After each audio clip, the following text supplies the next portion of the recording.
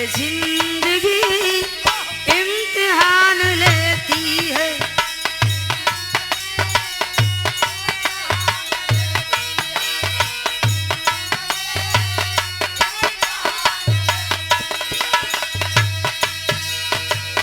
दोस्तों की जान, दोस्तों की जान,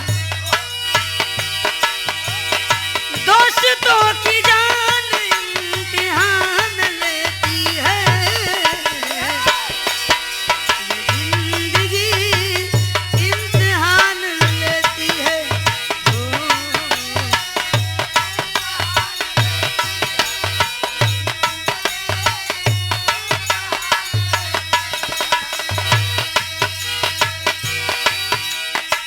हेलो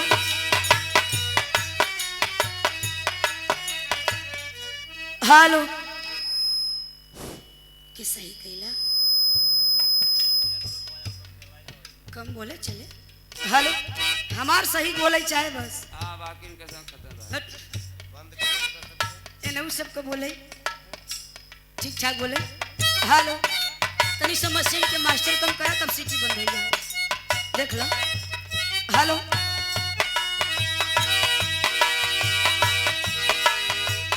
राम बनावई मनई,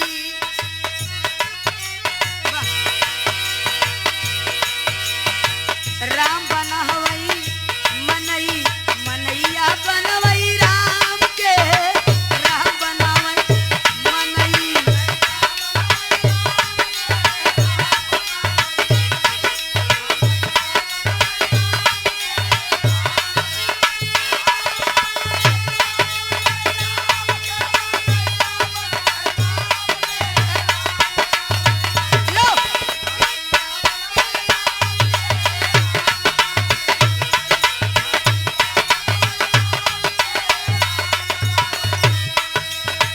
राम का बनावल मनई बोले और डोलेला।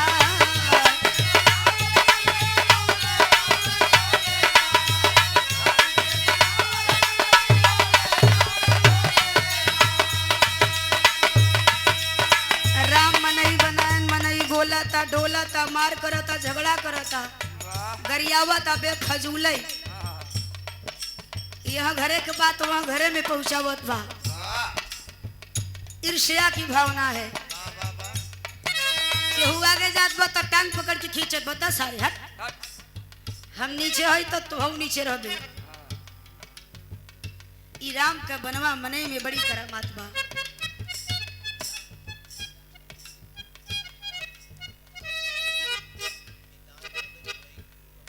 भैया पिता ने अदोजी जोरई के पुरवा से 51 रुपया पुरस्कार भैया के प्रणाम नमस्कार सम्मान बा। मतारी बहन भी बैठल है ना बोलो को बहुत बहुत स्वागत बा प्रणाम बा। राम के बनावल मनई बोले रउर डोलेला।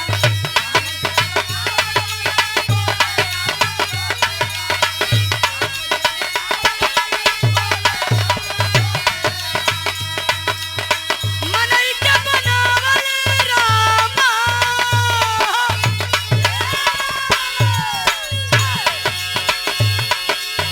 मनई के बनावल राम, नाही कवनो काम के रे राम बनावल मनई, मनई यही बनवई राम के। जो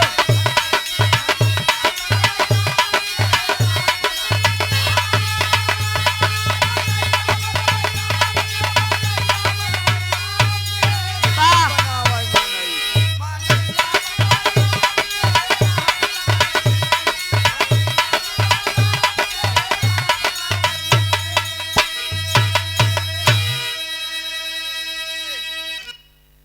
दुनिया में हर प्रकार का लोग हुवन, आपन आपन सोच बा। और किसी किसी की संजोग से सोच अगर टैली खा जाए तो ठीक है, वरना सबकी अपनी अपनी सोच है, अपनी अपनी बातें। भैया आराम से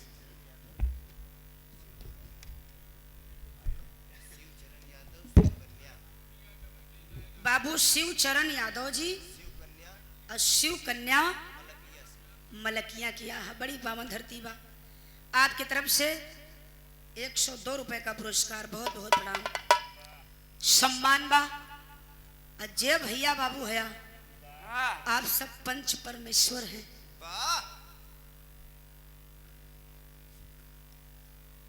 बीरबल अकबर तमाम कहानियां मिला करती हैं। बीरबल बहुत बुद्धिमान व्यक्ति थे। तुरंत समस्या आती थी तो उसका हल तुरंत वो निकाला करते थे। हर हाल में बीरबल विचार बनाए। त्रिभुवन जी विचार बनाए, कहें हुजूर माई बाप हमारा मिजाज करता है कि हम विवाह कर ले। मिजाज कर रहा है। अच्छा।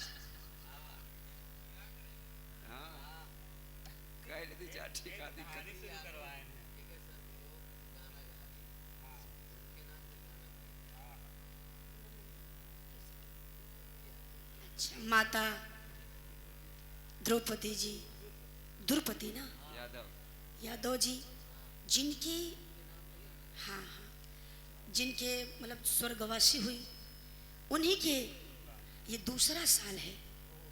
मैं भी आई और भैया त्रिभुवन जी भी आए हैं। तो माँ जहाँ भी हो, जिस रूप में हो, ईश्वर शांति दे। तो वहीं दो जने आए हैं, हम सब का आ जाए। अरे नहीं, तू सब तब गुलाब का फूल है।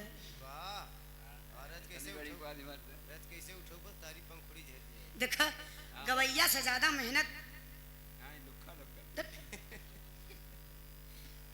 ये बेचारू हरे करत थी। हम पचे दुई दाई मोबाइल की छोड़ दिया। अब ये सब हैदर चाचा टेरी गावत रहे, पिलवने सरे तो रहे तो ऐसा बनाई कर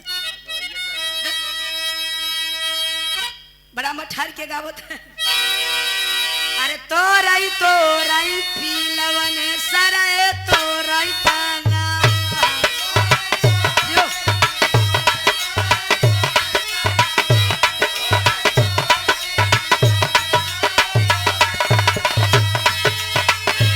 मेघला ढोल बजावई ना हो, मेघला ढोल बजावई ना हो, मेघला ढोल बजावई ना। अरे मेघला ए बजाओ ढोल मेघला। भड़कावत है के भड़काओ? वो मेघला देखा था तू कहा था हम भड़काओ? तो हम कहा था ही। आकाश के कहा था। अरे जो महान कलाकार थे, जब वो गाकर चले गए हैं कि मेघला ढोल, तो हर सब को बात नहीं बा, जनता ही है। महान लोग गधा मेघला पिलवने वाकई में सम्राट कलाकार कहे जाते थे। फिर से तोराई पिलवन सरा तोराई तनवा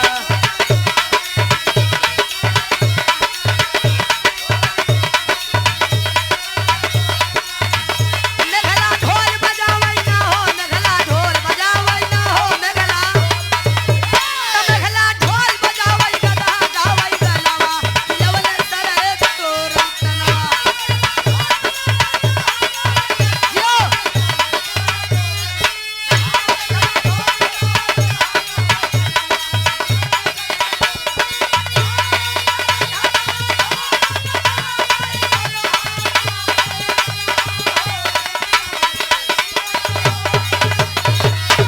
बार भैया दिया यो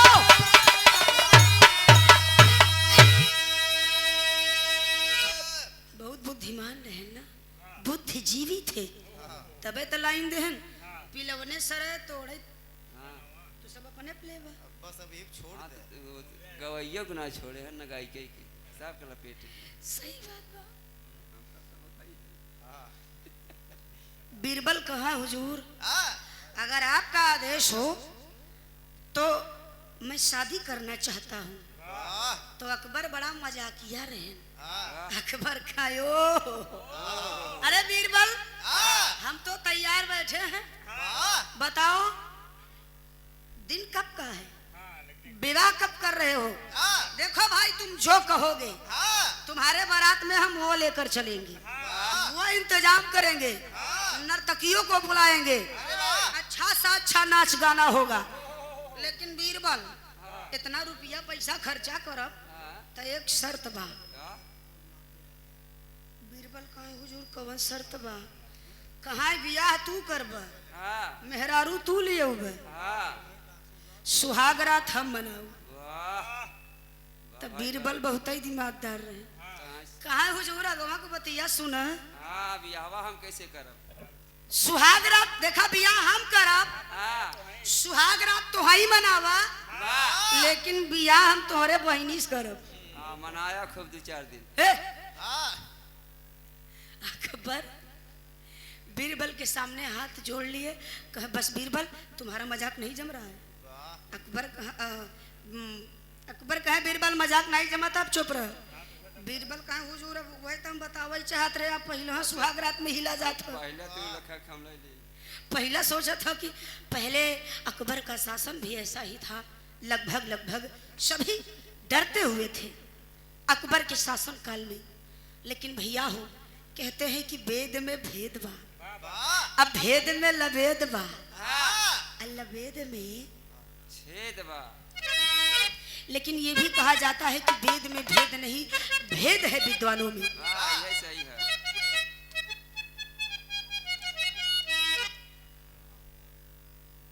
आराम से एक बिरहा का नंबर,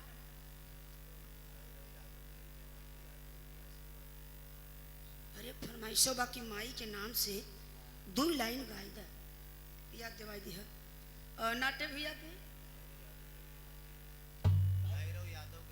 भैरव यादव जी को लड़का भैया बड़े भाई नाट्य यादव जी, जिनके सौजन्य से ये व्यवस्था बनी है। आपके तरफ से 100 रुपए का पुरस्कार, भैया के बहुत बहुत सम्मान बा, और सब पंचन के मतारी बहन के नमन प्रणाम बा।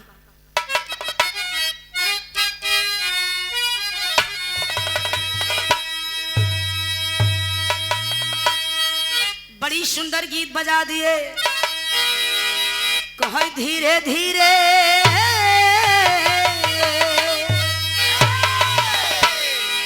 अरे धीरे धीरे धीरे धीरे धीरे धीरे धीरे अरे हो मोरे रामा, धीरे धीरे पहुआ धारा हो बारी धनिया, धीरे धीरे पहुआ धारा हो बारी धनिया, बोले घुंघरावा बाजे ना।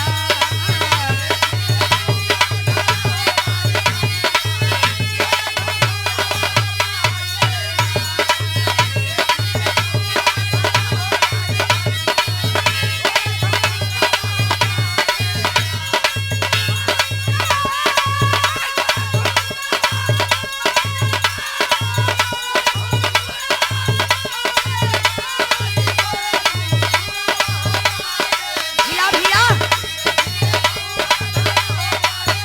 ओए बोले घुंघरावा हो बाजे ना।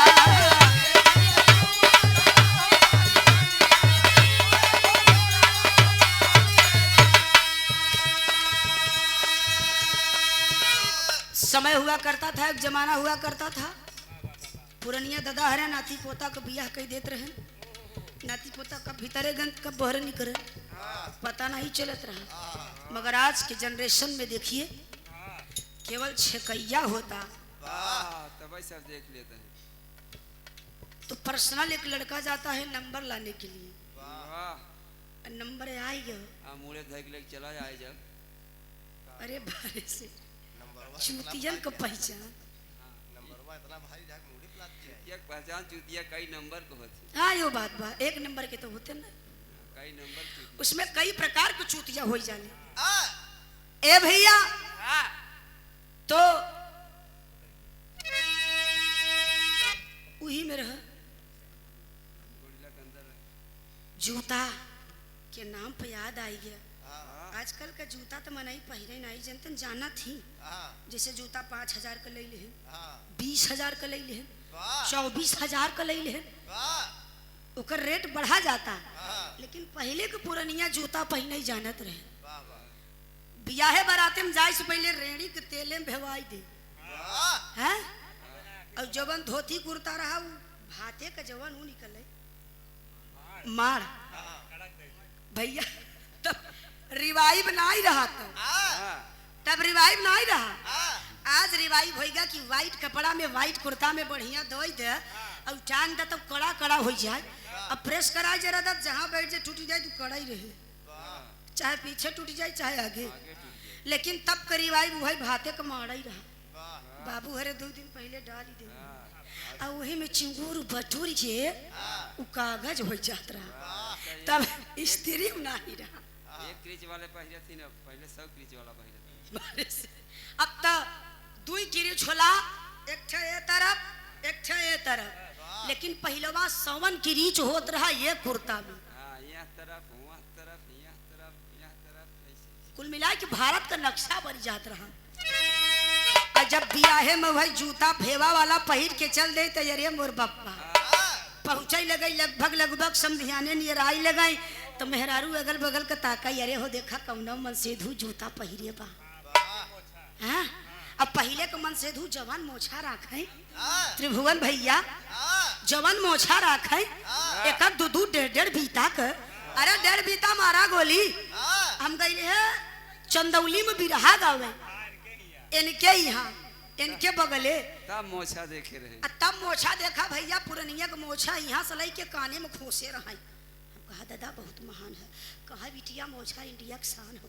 कहा मानिए तू तो मोछा की इज्जत रखत है, लेकिन कुछ ऐसे मर्द है जो मोछ को मुड़ा करके बहादुरी समझते हैं।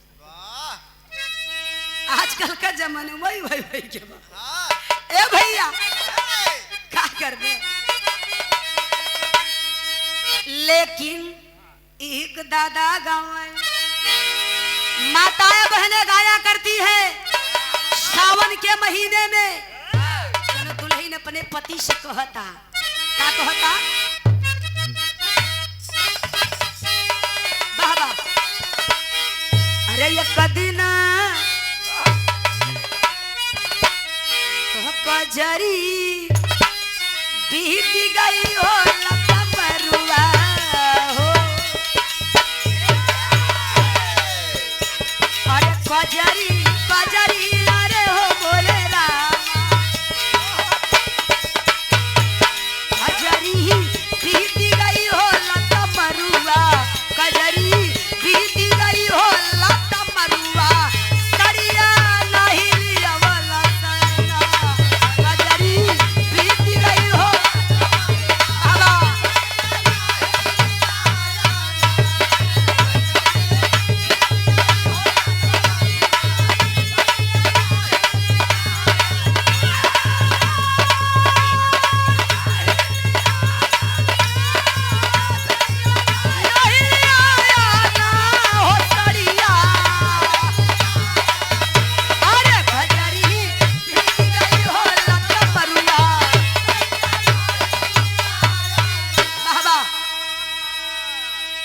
देखो भौजी हरे रच रच हसीन है सही बात बा।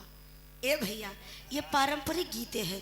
मेहरारू जल्दी गुस्साते नहीं पहले न बतावा है और इसिया थी तो मनती नहीं। मेहरारू कहती रही कि कजरी बीती गई सावन बीती गया लेकिन अब तुम्हार धोती नहीं आई। कब आए तो कब पहिरब हम सावनी साड़ी। हाँ? लेकिन यह दुनिया में कई रिश्ता ऐसन बा जैसे वहीं आप लोग सुने कि 2-3 ठो पुरान चीज बड़ी मशहूर बा। पुरान चाउर, पुरान गुड़, पुरान दारू, पुरान मेहरारू। लाइन लगी रहत है भैया बताएं।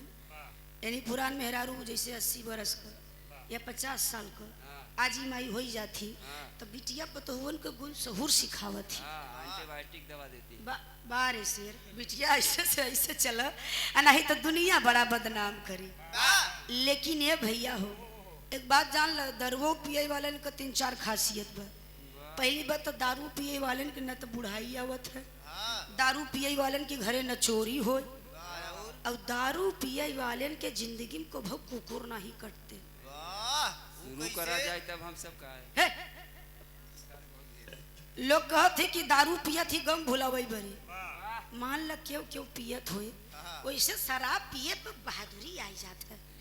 जैसे कि उस बात करे एकदम ना गया। हाँ 4 रूप होत 4 रूपा होत है, हम तो 3 ही जानते। अब तोहरे वाला गावत है बस यही की बात।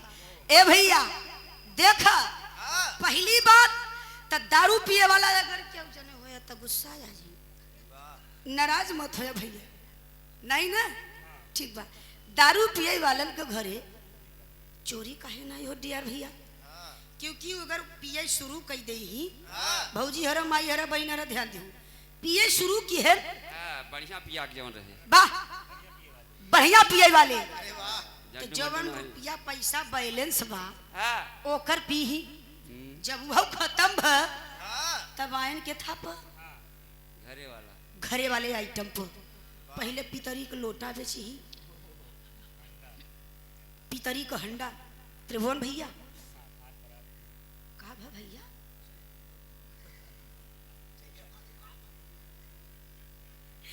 बेचारू को बड़ी हालत खराब बा, ए नहीं कि ना सभी का खराब बा।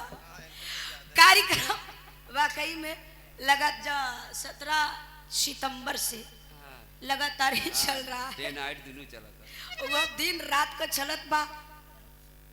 अरे मोर बाप अरे ए नहीं सोवाई दे जब भैया रच के सो जैसे बढ़िया मौका न मिले सोवा।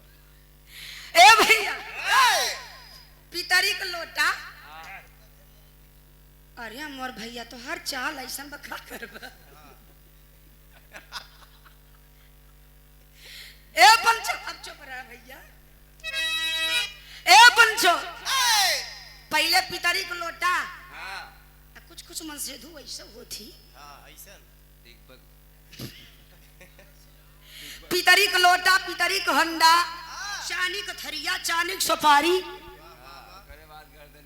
ओकरे बाद गर्दने में जवन रहे, जैसे मान ला ये पहिरे है इनके जिन समझा। ए भैया कहा था सोने की बात करते हो, ए पंचो तब जमन गरे में रहे ओह पर नंबर आई है। अब देखो हंडा परात कुल टाठी लोटा तो चला गया, अब बचा मेहरारू को मंगल सूत्र वह चला गया, अब बचा का मोटरसाइकिल 1.5 लाख वाली। अब मेहरारू कहता देव ना हमा भाई दे माई दे हमा बाबू कर्जा कर दे तो पिए बरे दे बहुआ जान लिया हम का कह दो। अब मन से धूप जवन पिए भैया रहा थी गजब एक सुन दे दे दे बेच के आओ आधा तो के दे आधा हम बूढ़ा जिन बताए कह दे एक्सीडेंट हो गया अब गड़िया खसक गई, और आधा पैसा बचाई ले आधा हम ले ले, फिर बुढ़ाऊ दे ही चिंता मत कर, मोटरसाइकिल गई गेहूं चाउर गए।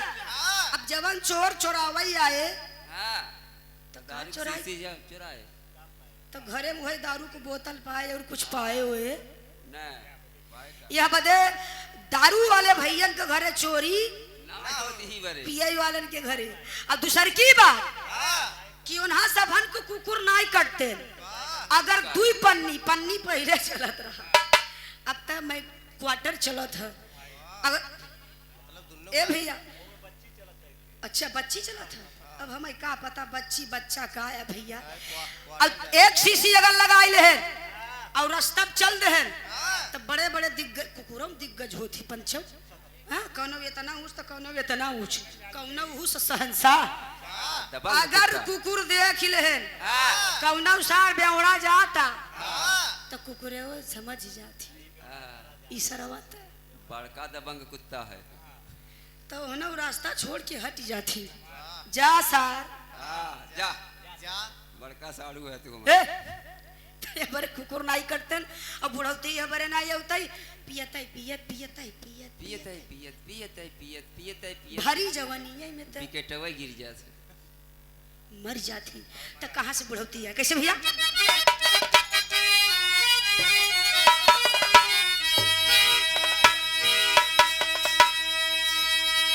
लेकिन ए भैया हाँ, यही के लहरी महाराज गावत रहला बड़ा मठारी के ठीक बा। तो एक दिन सावन में हो सरुआइन, एक दिन सावन में हो सरुआइन, अपने घरे बोलऊ त्यून।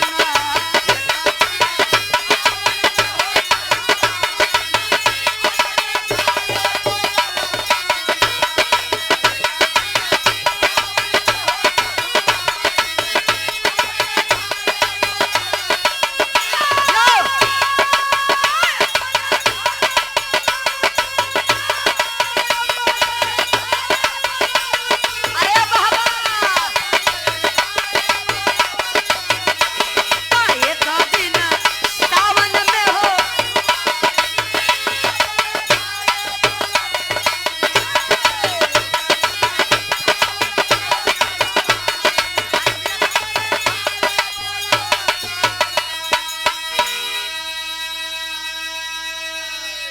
वाकई में 2 या 3 रिश्ता तो मशहूर बा। 4 बहनोई का अरे बा ये देखा कहत है सड़ुआइनी का। अरे मान गए भैया, लेकिन भैया बिरहा का नंबर बा वही बिरहा में भैया बिरहा में ही तोहार 2 लाइन के गीत हो जाई माई वाला। एक छोटा सा बिरहा आप सबके बीच में गावे जात है। ऐसा नहीं विश्वास बा कि बिरहा आप सब ही के पसंद आई। अब बिरहा का मेन मूल चीज जो होता है कहानी हो खेले और कहानी फरिया जाता समझा कि मेहनत सूल हो गया। कवि जी 4 लाइन भूमिका में संकेत कैलन है। अब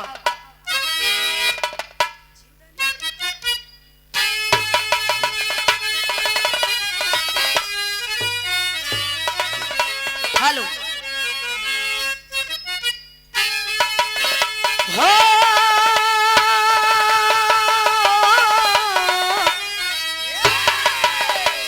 हाँ मोरी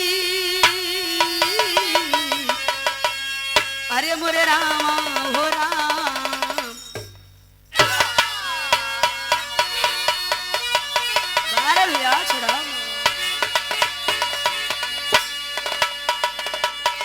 लेकिन कहना बा ए भैया हाँ भर की कैसे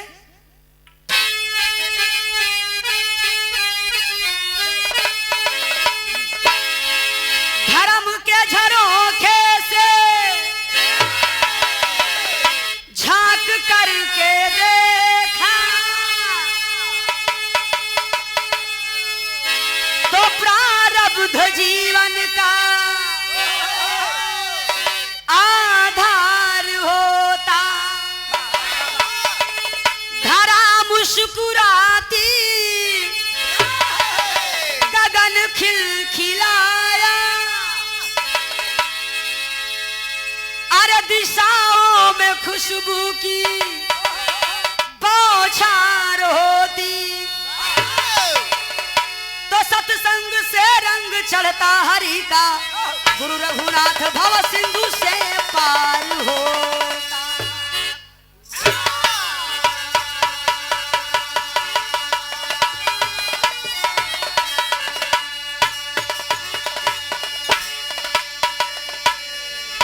शब्दों पर गौर करेंगे। बिरहा ऐसी लाइन है, बिरहा ऐसन विधा बा कि बिरहा में गजल कव्वाली कजरी खेमटा धोबियौआ अहिरौआ पसियौआ चमरौआ सही बात कुल मिलता है। अब बिरहा ही एक ऐसी विधा है जिसमें शिक्षा प्रति बात भी मिला करती है। ए भैया कुछ नई चीजें भी मिल जाया करती है। तो धर्म के झरोखे से झांक करके देखा, अगर हम आप धर्म को मान करके चलेंगे, धर्म को अपना कर चलेंगे, तो हम चाहे जिस हाल में रहे धर्म हमारा आपका मार्गदर्शन करना कभी नहीं छोड़ेगा। धर्म आपका हाथ पकड़कर सदैव चलाएगा। प्रारब्ध जीवन का आधार होता। अगर धर्म को मानते हुए चलेंगे तो जो हमारा प्रारब्ध है, जो हमारा प्रारब्ध का कुछ बिगड़ा हुआ भी है, वो भी संभल जाएगा, वो भी सुधर जाएगा। सुविधि से सत्कर्म करता जो मानव यानी सारे विधि विधानों के साथ जो कर्म आप करेंगे, सुविधि से सप्त कर्म करता जो मानो, सच्चे कर्म फल का संस्कार होता। धरा मुस्कुराती गगन खिलखिलाया। अगर आप यदि ऐसा करेंगे, इस मार्ग पर चलेंगे, तो आपके इस सच्चाई को देखकर, सत्यता को देख करके धरती भी प्रसन्न रहेगी और अंबर भी खिलखिलाता रहेगा। सत्संग से कहीं भी जाओ, कहीं भी रहो, दुनिया बिजी है, सभी व्यस्त हैं। आजकल भैया 1 घंटा टाइम निकाला बड़ी मुश्किल से बात बा, क्योंकि दुनिया बिजी है, दुनिया व्यस्त बा, कुछ न कुछ काम बा। तो अब कहीं भी रहे, अगर कहीं सत्संग हो रहा है तो 5 मिनट 4 मिनट जरूर ध्यान दीजिए। सत्संग से रंग चढ़ता हरि का, गुरु रघुनाथ भव सिंधु से पार होता।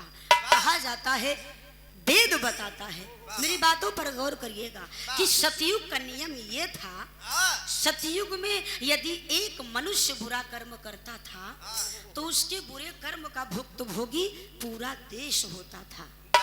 ये सतयुग का कानून व्यवस्था था कि गलती ये करेगा लेकिन सजा पूरे देश को मिला करती थी। यहाँ पर पढ़े लिखे लोग भी हैं, मेरी बातों पर गौर करिएगा।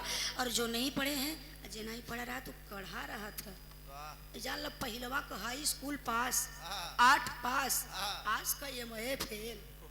ए भैया अधा पवन्ना कैसे कैठनी मुँह चुम्मी चुम्मा कजनी कैसन कैसन गणित बा, पढ़ाई होत रही कई नवाई। हाँ कैसे एक दिन हमारे पापा से, हमारे पापा की उम्र के 2 जने भेटाने, और यही सवाल जवाब हो रहा था, तो हम लम्बे से सुनत रहे। कहा भैया ये पहले को पढ़ाई रही, वाकई में पहले की पढ़ाई में दम रहा तभी ना भर्ती हो जात रहे। लेकिन आज तब पढ़ाई करत करत करत करत अधेड़ी आई जाता, वो नौकरी मिले के आशा नहीं होत बा, पूरा जौन आरक्षण सब खत्म हो जात बा। लेकिन गौर करेंगे, सतयुग का कानून व्यवस्था था कि एक इंसान बुरा कर्म करेगा तो सजा पूरे देश को भुगतना पड़ेगा। सतयुग बीता, त्रेता आया, त्रेता का कानून व्यवस्था क्या बना? त्रेता में जो मनुष्य बुरा कर्म करेगा उसके बुरे कर्म का भुक्तभोगी पूरा गांव होगा। गलती एक कोई करे लेकिन सजा पूरे गांव को चुन चुन करके दिया जाएगा, चाहे बच्चा हो चाहे बूढ़ा हो। त्रेता भी बीत गया, द्वापर आया। द्वापर का नियम बना कि अगर कोई मनुष्य बुरा कर्म करेगा तो उसके बुरे कर्मों का दंड उसके पूरे परिवार को मिलेगा। गलती एक की, सजा पूरे खानदान की। द्वापर बीता जिसमें हम आप जी रहे हैं। वर्तमान में कलयुग में, कलयुग का नियम यह है कि जो भी बुरा कर्म करेगा, संत से संत हो, महान से महान व्यक्ति हो, जो भी बुरा कर्म करेगा उसका साथ, ये सतयुग नहीं है, त्रेता नहीं है, न द्वापर है, ये कलयुग है। अगर जो भी बुरा कर्म करेगा उसका साथ ना तो देश देने आएगा, ना तो गांव देने आएगा, ना तो स्वयं का परिवार देगा। लिखा भी गया कि जैसा कर्म करोगे वैसा फल देगा भगवान। यही है गीता का ज्ञान। हमारा कर्म अच्छा रहेगा तो हंसते खेलते धरती को छोड़कर चले जाएंगे। कर्म बुरा रहेगा, टांग कट जाएगी, बहू बेटे मान अपमान करेंगे, घिन्नी घिसना पड़ेगा। तो जो भी भुगतना है यही भुगत कर जाना पड़ेगा। तो स्वर्ग नरक कर्मों के ऊपर होता है। कर्म करिए, फल की इच्छा मत रखिए। बस किसी का भला नहीं कर सकते तो बुरा भी मत करना, बना नहीं सकते तो बिगाड़ने की कोशिश मत करना। एक लाइन गजल में भैया कैसे?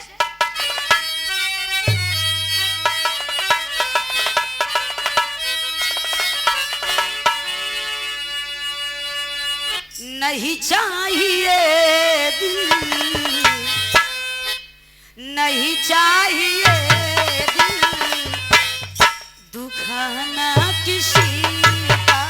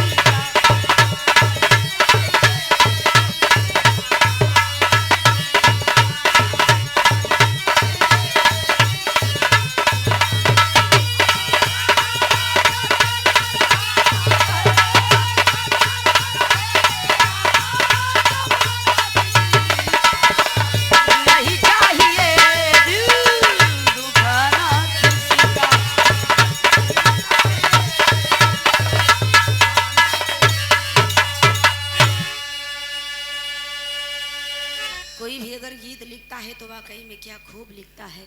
नहीं चाहिए दिल दुखाना किसी का, वाह। सदा ना रहा है सदा ना रहेगा, जमाना न हम रहेंगे ना आप रहेंगे, वाह मर जाना है सबको। आहा, जमाना किसी का भाव में कहना बा भैया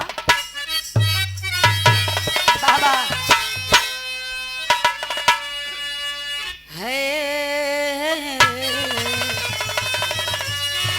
हो धर्म की धरोहर, धर्म की धरोहर अयोध्या नगर है।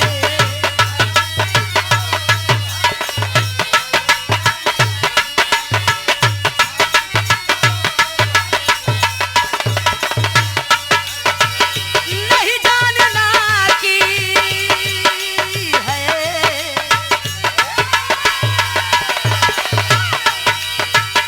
नहीं जानना की ईट वो पत्थर है, धर्म की धरोहर अयोध्या नगर है।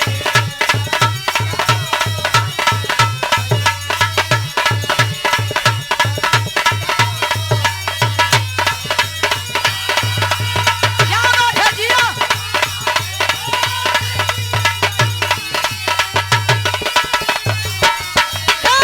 धर्म की धरोहर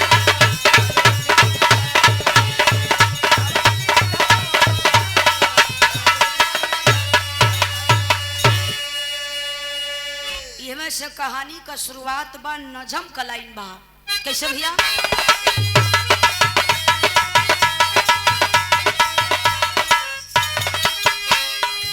सुनिए सुनाऊं, सुनिए सुनाऊं युग युगांतर की कहानी है, सुनिए सुनाऊं युग युगांतर की कहानी है, जम्मू द्वीप की अयोध्या एक निशानी है।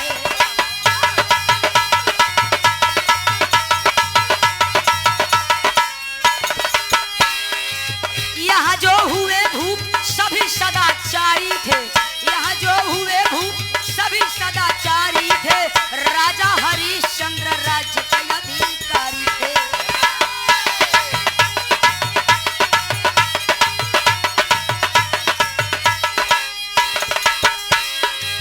प्रजापालक को अपने राज्य में सजोए थे, प्रजापालक को अपने राज्य में सजोए थे, शांत स्वभाव था महल में एक दिन सोए थे।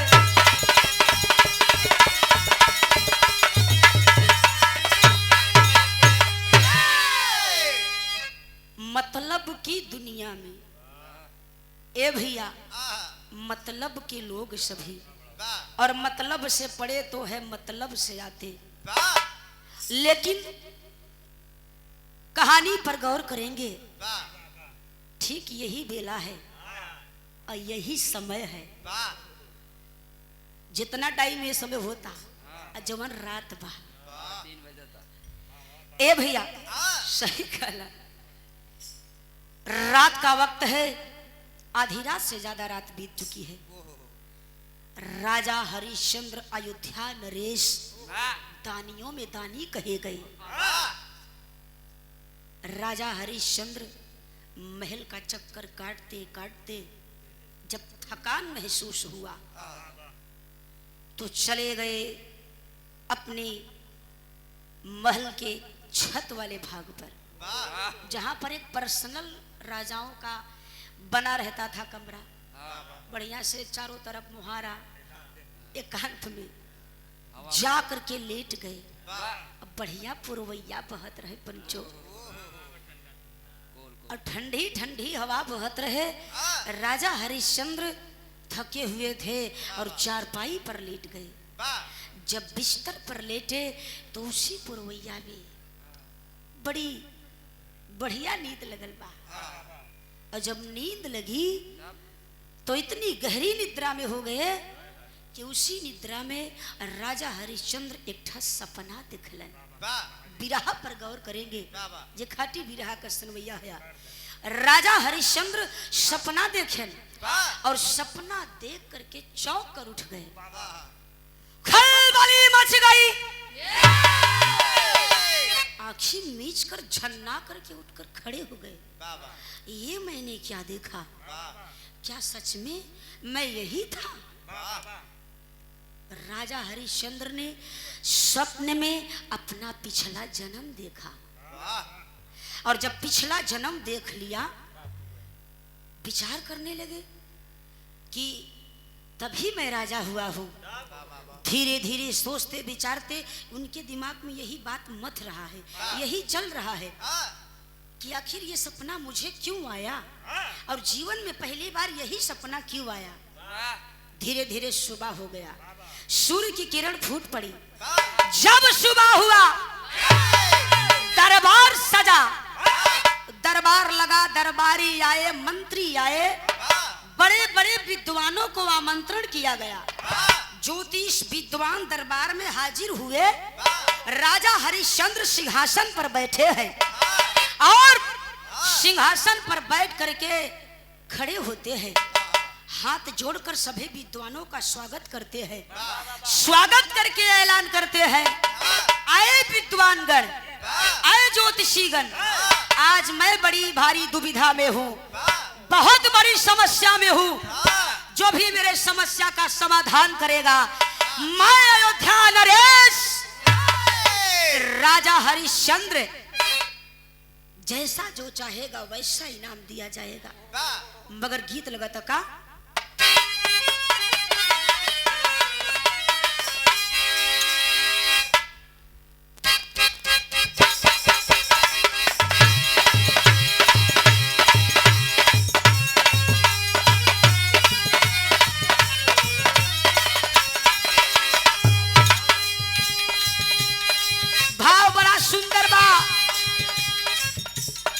विद्वान खड़े होकर राजा की तरफ देख रहे हैं। राजा एक घोषणा करने वाले हैं, ऐलान करने वाले हैं, मगर क्या ऐलान करने वाले हैं विद्वान ध्यान से सुनो। कैसे भैया? सजल दरबार सत्यवादी आई गई ले, सजल दरबार सत्यवादी आई गई ले, सब ही से पहले अल्लाह ए हो दादा।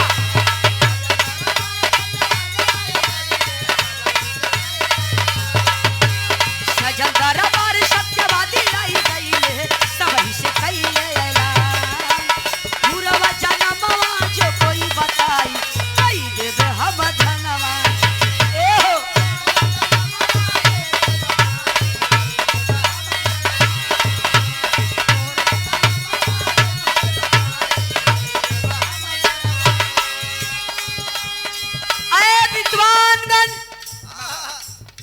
मेरी सवाल, जो मेरा सवाल है ध्यान देना।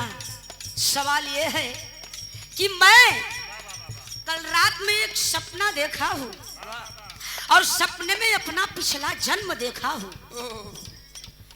अब आप लोगों को समाधान ये करना है, आप लोगों को ये बताना है कि मैं राजा हरिश्चंद्र पिछले जन्म में क्या था, क्या कर्म किया, क्या था और क्या ऐसा कर्म कर दिया कि जिसकी बदौलत मैं पिछले जन्म से इस जन्म में राजा हरिश्चंद्र बन गया।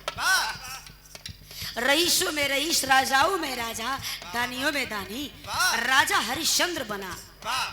अगर जो सही सही बताएगा कि मैं पिछले जन्म में क्या था, क्या किया कि राजा हरिश्चंद्र हुआ हूँ, तो मैं सही बताने वाले को 1000 सोने की असरफिया दूंगा, पहली शर्त।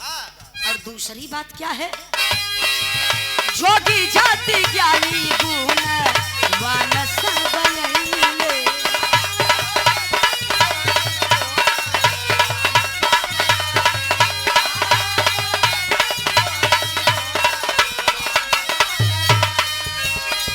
तबले राजा साहब दूसर पतिया बतवले।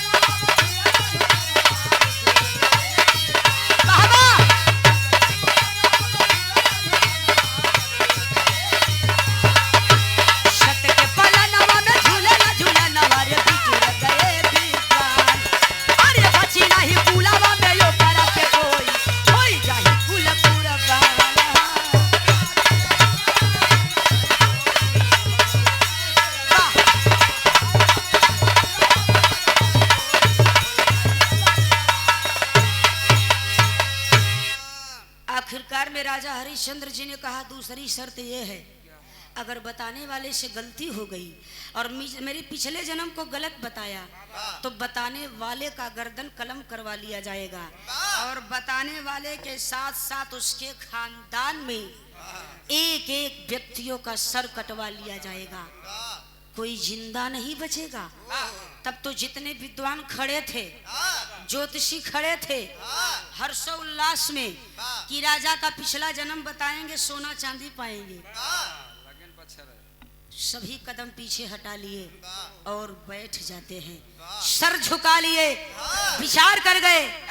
ए भैया, ए बाबू, मान लो हम 25 विद्वान है, हिम्मत बनाई बतावई के कि तू पिछले जन्म में का रह, क्या कर्म किए कि हरिश्चंद्र कहला रहे हैं। अब कतौरज का एहर ओहर भ त मान ला जे बतावा त उ मराई त ठीक बा, अब एक जने के सजा सब पावे लागे, पूरे खानदान को मार दिया जाएगा। भलाई इसमें है कि चुप मार कर हम बैठे रहते हैं, जो होगा देखा जाएगा। कोई विद्वान शंका नहीं, हिला ना डोला। काफी समय बीत गया, राजा हरिश्चंद्र क्रोध में लाल होकर खड़े हो गए, दांत कर बोल पड़े। इसका मतलब ये साबित होता है कि आप में से कोई काबिल विद्वान नहीं है, आप लोग बेकार हैं, किसी काम के नहीं हैं, आप लोग तो भारतवर्ष के नाम को डुबा देंगे। आज जौने देश का जौने नाम पर भारत पड़ल बा उहो जात का अहिरन के नाम पे बा। ये भैया जेकर नाम रहल भरत, उहो शकुंतला वाले भरत, जेकरा नाम पे भारत देश पड़ल है। लेकिन राजा हरिश्चंद्र जी ने कहा तुम तो हमारे राज्य का नाम डुबा दोगे, तुम लोगों को रखने से फायदा नहीं है। तब तक एक भिखारी आवाज दिया है, तेरी के लाइन में भैया कैसे, अरे मोरे राम संजोग से भिखारी आ गया, तो ईश्वर यंत्र जीव अविनाशी पाया, भोग यही हो भोग भोग भोग। राजा साहब जब ही सजा सुनाने वाले हैं कि एक भिखारी आवाज दिया, ठहरिए हुजूर। अरे राजा साहब रुकिए मलिकार। राजा साहब देखें भिखारी, कंधे पर झोला, हाथ में कटोरा, क्या चाहिए? अभी हम थोड़ा मंत्रणा कर रहे हैं, सवाल में फंसे हुए हैं, कुछ देर बाद आना, हमारा मंत्री तुम्हें जो भी दान दक्षिणा होगा दे देगा।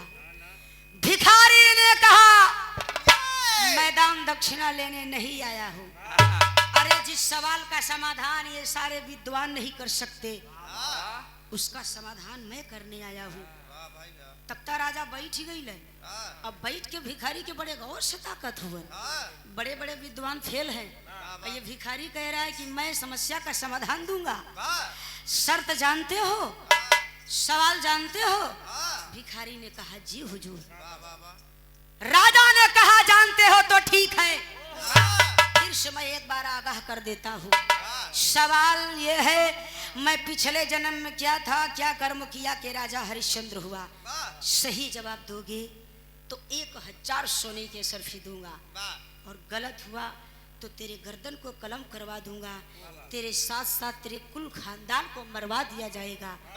तब तो भिखारी ने कहा मैं जानता था, मुझे आपकी सारी शर्तें मंजूर हैं, लेकिन आपके पिछले जन्म की गुत्थी सिर्फ मैं सुलझाऊंगा। राजा प्रसन्न हुए, चलो भिखारी है तो क्या हुआ, मुझे अपने काम से मतलब है।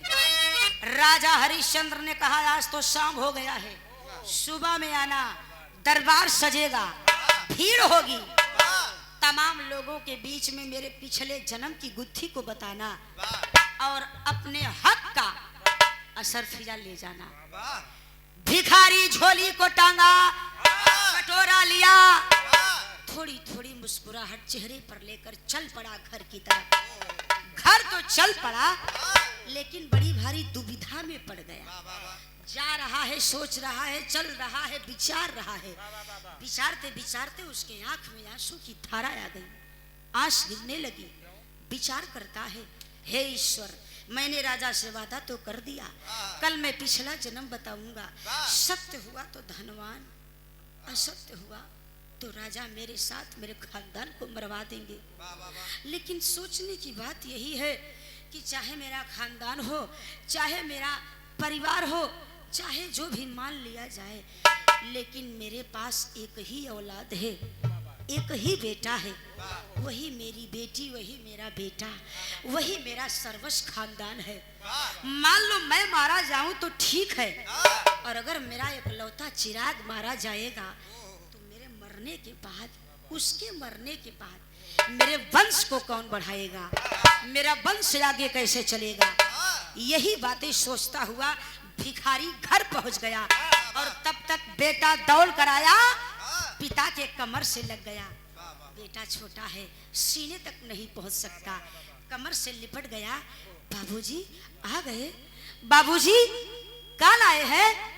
कहते कहते बेटे का हाथ झोले में चला गया, झोले में हाथ डाला तो झोला खाली है, हिला रहा है।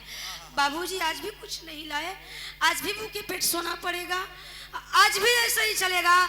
तो बेटा की बात सुनकर पिता जमीन पर बैठ गया और बेटे को छाती से लगाकर पीठ से हिलाता है, और भिखारी एक बात कहता है। क्या कहता है मास्टर?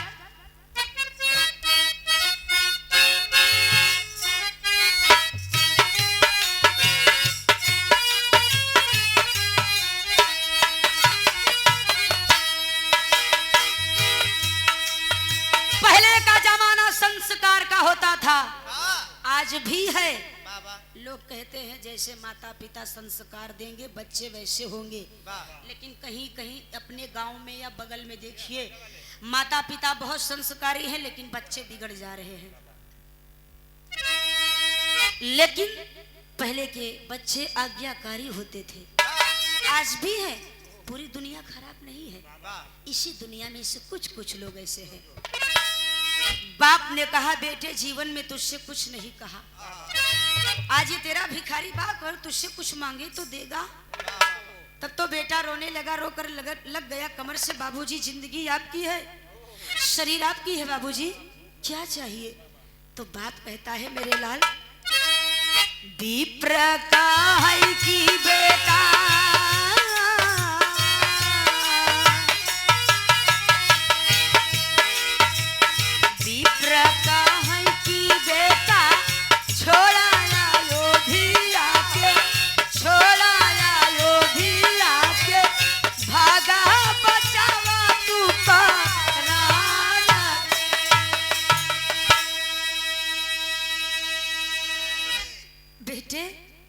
जितनी जल्दी हो सके इस अयोध्या को छोड़कर तू दूर चला जा।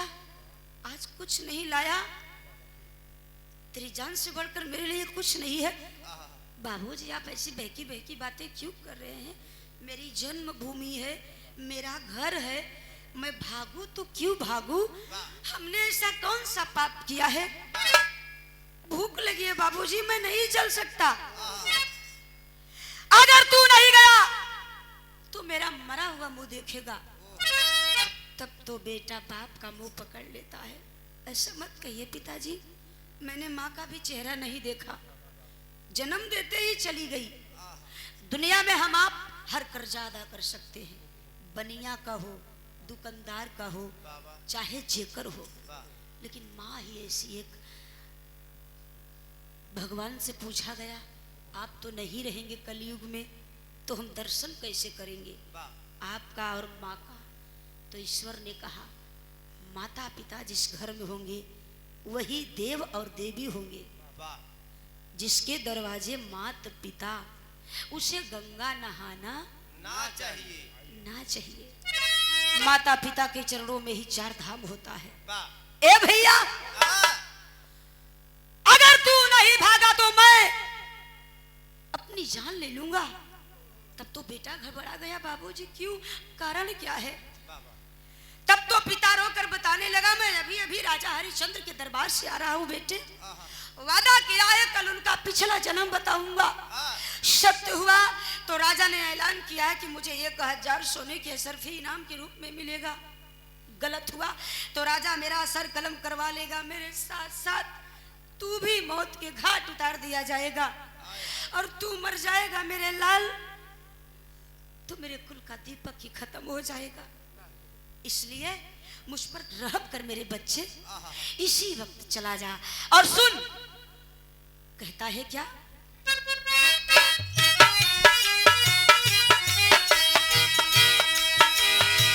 प्राण मोरा बाची आदि,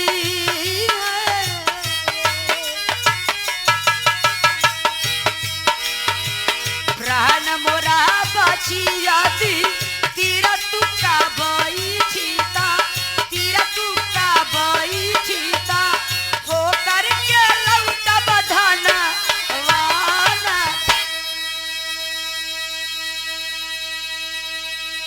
चिंता मत कर, तू दुनिया के किसी कोने में रहेगा, मैं धनवान हो जाऊंगा, 1000 सोने की असरफिया मिल जाएगी तो मैं तुझे कहीं से भी ढूंढवा लूंगा।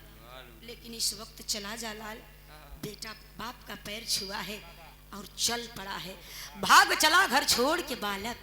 एक विप्र के घर में आया है, एकलौती ब्राह्मण की बेटी देख विप्र हर्षाया है। शादी की चर्चा कैले, शादी की चर्चा कैले, तब बालक बिलखाया है। तो हरिश्चंद्र जो शर्त किए वह सारी बात बताया है।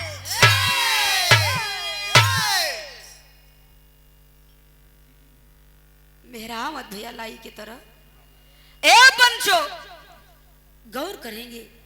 लड़का भागना शुरू कर दिया, भागते भागते कुछ घंटों में, कुछ समय में अयोध्या से काफी दूर चल पड़ा।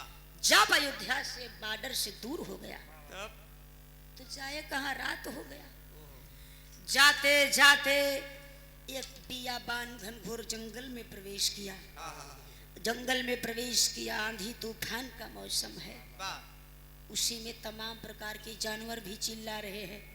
अब लड़के तो थर थर थर थर कांप रहा है, हिल रहा है और जंगल में कदम रख रहा है, मन में भय है।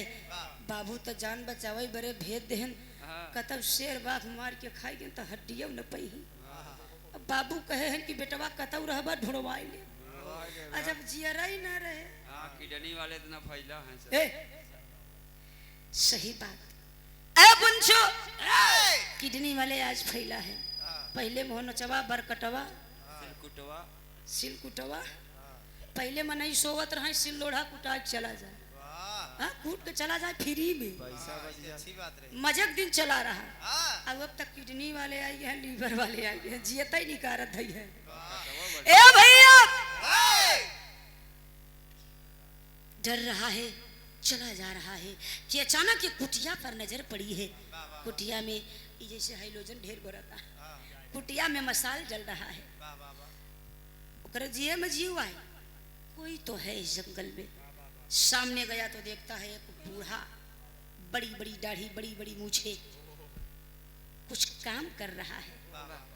आवाज लगाया है, बाबा, ओ बाबा, बाबा। बूढ़े के कान में आवाज गई, उठ करके लाठी के सहारे आया। क्या है बेटा, कौन हो, क्या चाहिए? तो लड़के ने कहा, मैं जंगल में भटक गया हूँ, बड़ी दूर से आया हूँ, एक रात की बात है, मुझे शरण दे दीजिए, सुबह होते मैं प्रस्थान कर जाऊंगा। तब तो बूढ़ा उसकी बातों को ध्यान से सुनने लगा। बातों से तो बढ़िया लग रहा था। मसाल लेकर आया है, ऐसे देख रहा, लड़का सामने है और खुद ऐसे है, हाथ में मसाल करीब करके लड़के को चेहरे को देखा है। लड़कवा का चेहरा पर तेज बहुत बा, बुद्धिमान जनाई देत बा। अब बुढ़वा सोचे लगल, कहा बुढ़ऊ सोचे लगला, यार बिटिया बरे घर हेरत है, बर हेरत है, घर निक तो बर नाई, बर निक तो घर नाई, कुछ न कुछ कमी बा। लेकिन ये जो लड़का मेरे सामने खड़ा है, एकर जोड़ी हमारे बिटिया से एकदम गजबे रहे, फिट रही। अगर यही मेरे बेटी का जीवन साथी बन जाए तो मैं गंगा नहा लूंगा। बूढ़ा यही सोच रहा है और कहा, ये बेटा तू मेरे कुटिया में एक दिन नहीं, हाँ जितना दिन मन करे वाह उतना दिन उतनी रात हाँ इन्हें आशा ललपट रुक सकता है, मगर हाँ मेरी एक शर्त है। लड़के ने कहा क्या शर्त है बाबा? शर्त यह है तुझे मेरी पुत्री से शादी करनी होगी। वाह तब तो लड़का छटक कर पीछे गया वाह और कहा नहीं बाबा, मैं हर काम कर सकता हूँ, बस एक ही काम नहीं कर सकता, शादी नहीं कर सकता, मैं विवाह नहीं कर सकता। बूढ़े ने कहा क्यों नहीं कर सकता, क्यों नहीं कर सकता, कारण तो होगा। वाह वाह लड़के ने बताया मेरे सर पर मौत का साया है। ब्राह्मण ने कहा मौत का साया? हाँ मेरे सर पर मौत का साया है।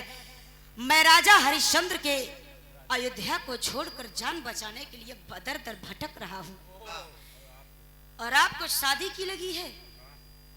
बूढ़े ने कहा क्यों भटक रहा है? लड़के ने कहा मेरे बाप ने वादा किया है, कल पिछला जन्म बताएंगे राजा हरिश्चंद्र का, अगर सत्य हुआ तो धनवान, असत्य हुआ तो कुर्बान हो जाएंगे, उनके साथ साथ मुझे भी मरवा दिया जाएगा। तोहरे बिटिया से हम शादी करब तो हम मराई तई विधवा होई, ई विधवा होई तो ई तो हमारा अर्धांगनी हो जाई, बिया होई तो हमारा अर्धांगनी होई, हमारा परिवार होई, हम मराई तो इहो मरा जाई। क्या आप चाहते हैं आपकी बेटी मारी जाए? तब तो बूढ़े की आंख में आंसू आ गया। नहीं लाल, तू रुकना चाहता है तो रुक जा, शादी ना सही। मगर लड़के की बात उस बूढ़े ब्राह्मण की एकलौती संतान, नाम कंचना है, बड़ी बुद्धिमान लड़की है, सुन रही थी। सुनते सुनते तमा करके बाहर निकल आई और लड़के का हाथ पकड़ लेती है, खींचते हुए कुटिया के भीतर ले गई और एक बात कहती है, तर्ज लगता भैया।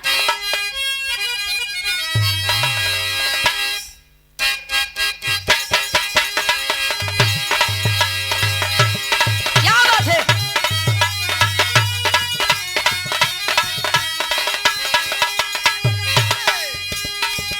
बड़ी सुंदर गीत बा, कोनो प्रेमी और प्रेमिका का बात बा, पहला पहला प्यार बा। प्रेमिका ने कहा है जानू हो, हमारे पहला प्यार का पहली होली बा, तो हमार बात सुन, हमार रंग लगवावे तो कैसे बनवा? अरे रंगे दा गोटे दा चुनरिया रंगे दा,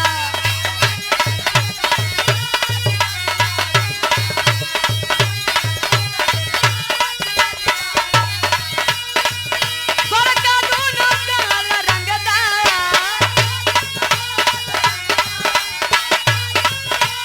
क्या बात है? होठा लाल लाल रंगे दा,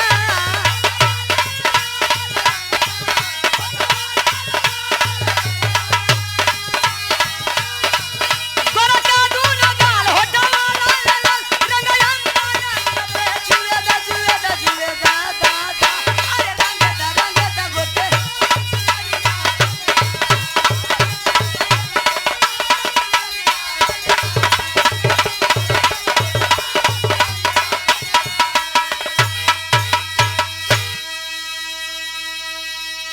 ई तो तर्ज बा। लेकिन लड़की ने कहा लड़के से, सुनिए मेरी बात, अरे बोली है बाला, बाप बालक से बोली है,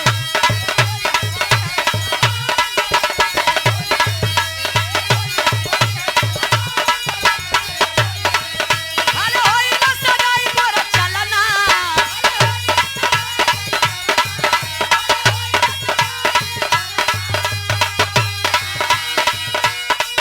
बाला बोली मुझसे कोई चलना,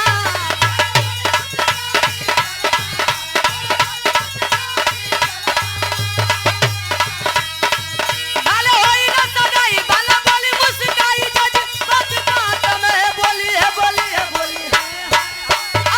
बोली है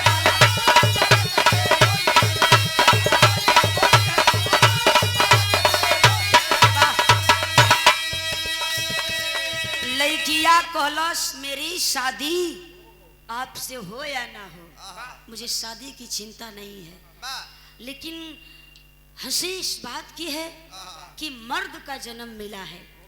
अगर तुम्हें मर्द का जन्म मिला है तो अगर मर्द हो तो मर्द की तरह सीना तान के जियो। तुम तो औरत का काम कर रहे हो, स्त्री का काम कर रहे हो। इससे अच्छा होता कि चूड़ियां और साड़ी पहनकर घर में बैठ जाते, ताली बजाते और ढोलक तू बजाते। ए भैया गौर करेंगे। लड़की ने कहा कि अपने पिता की जान मुसीबत में डालकर तुम दर दर के मजे ले रहे हो और बता रहे हो कि मैं भटक रहा हूँ।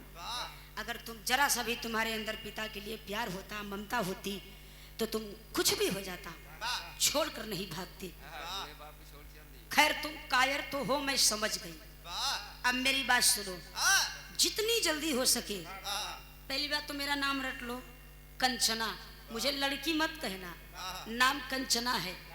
सुनो, जिस अयोध्या नरेश के डर से दर दर भटक रहे हो, बस एक बार मैं विनती कर रही हूँ, एक बार उस अयोध्या नरेश राजा हरिश्चंद्र के दरबार तक मुझे पहुंचा दो, मैं तुम्हारा एहसान मानूंगी। तब ता लड़के बाद छटक के फिर कुटिया बहरे तो पगलाई गई बा। क्या बकती हो? अरे तुम तो मारी ही जाओगी, साथ में मैं भी मारा जाऊंगा। अरे तू तो मराबे करबू, अब सथवा ले। अरे कम से कम अपनी चिंता नहीं, मेरी चिंता नहीं, बूढ़े बाप की करो। तुम्हारे साथ साथ वो भी मार दिया जाएगा। डांट कर बोली लड़की, हम मजाक के मूड में नहीं है। मैंने कहा मुझे ले चलो, और वरना जिस कलाई को पकड़ा है मैंने, इस कलाई को लेकर के जाऊंगी, बाघ को दे दूंगी। और बाघ यहाँ के जानते हो, तुम्हारी हड्डी तक पता नहीं चलेगी। तब तक लड़कवा होकर रंग रूप देख के भयभीत होत बा, हइयो बा इससे आयस न हो पकड़ के लेके जाई डाली दे। ए भैया देखते है प्रधानमंत्री जी लियाया दे है, आज कौ दिन से टीवी पे वही प्रचार देता। ए भैया लेकिन कहना बा, आज वह लड़का विचार कर गया, जब एक लड़की होकर के जान जोखम में डाल रही है, कुछ तो कारण होगा। इसकी बात में दम तो है। जब ये लड़की होकर जान जोखम में डाल रही है तो मैं मर्द का जन्म पाया हूँ। ऐ कंचना, मैं तेरा साथ दूंगा, चल मेरे साथ। आगे आगे लड़का, पीछे पीछे कंचना अयोध्या के रास्ते पर चल पड़े। भाव में कहना बा, तरजू है बा काली तेरी छोटी है, परंदा तेरा लालनी, और रूप की दुरानी है, परंदे को संभालनी। किसी मंचले का तुझ पे आ गया जो दिल, होगी बड़ी मुश्किल। भाव पर गौर करेंगे। विप्र सुता सुन के मुस्काई,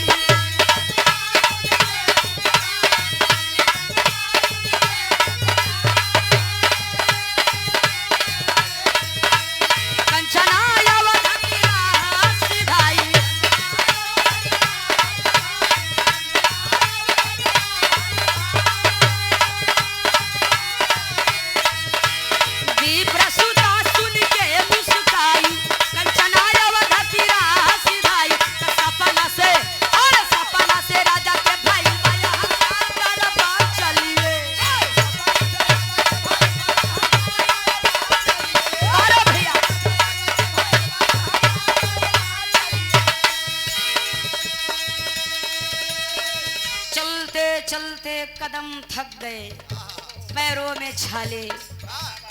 लड़का तो रुक जाता, लेकिन लड़की के कदम नहीं रुक रहे हैं। उसका एक ही लक्ष्य है, अयोध्या का राजा का दरबार। मंजिल पर पहुंचे दोनों। अयोध्या नरेश राजा हरिश्चंद्र का दरबार लग चुका है। विद्वान बैठ चुके हैं, मंत्री संतरी सब आ चुके हैं। जनता भी पहुंच गई और इधर वो लड़की लड़के के साथ दरबार में पहुंच गई और दरबार में पहुंचकर लड़का बैठ जाता है उसी दरबार में विद्वानों के बीच में और विचार करता है कि मैं देखूंगा कि आखिर ये कितनी बुद्धिमान है और ये क्यों आई है।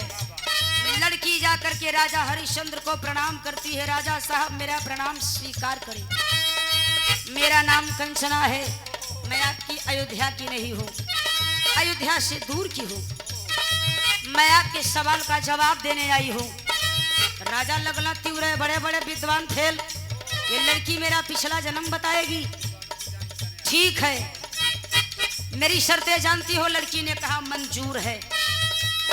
तब लड़की ने लड़के से इशारा किया और कहा सुनो, विद्वानन के हित के खातिर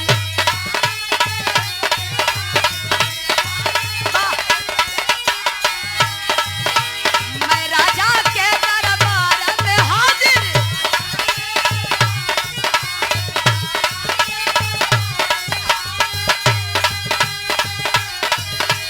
विद्वानन के हित के खातिर राजा के दरबार में हाजिर।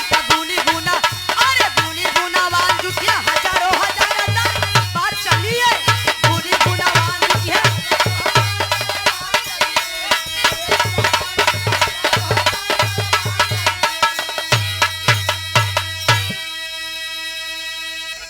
लड़की ने बड़े हौसले से कहा सुनो, इस दरबार में ऐसा कोई माई का लाल नहीं है जो हरिश्चंद्र के पिछले जन्म की गुत्थी को सुलझा दे।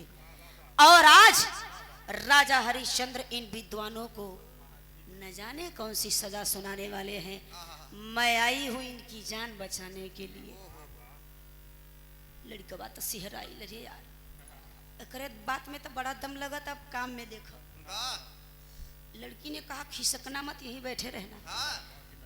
पहुंच गई राजा साहब के पास। राजा ने कहा ठीक है कंचना, बताओ हम पिछले जन्म में क्या थे, क्या कर्म किए कि हरिश्चंद्र कहला रहे हैं। तब लड़की ने कहा धैर्य देकर बैठ जाइए, मैं बता रही हूँ। विदेशिया का लाइन पे भैया कैसे?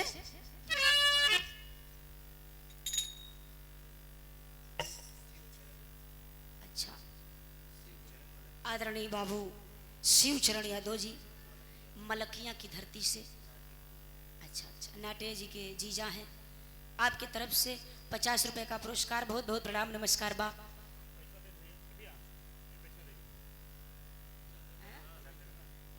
भैया अब चश्मा लगाए पड़े।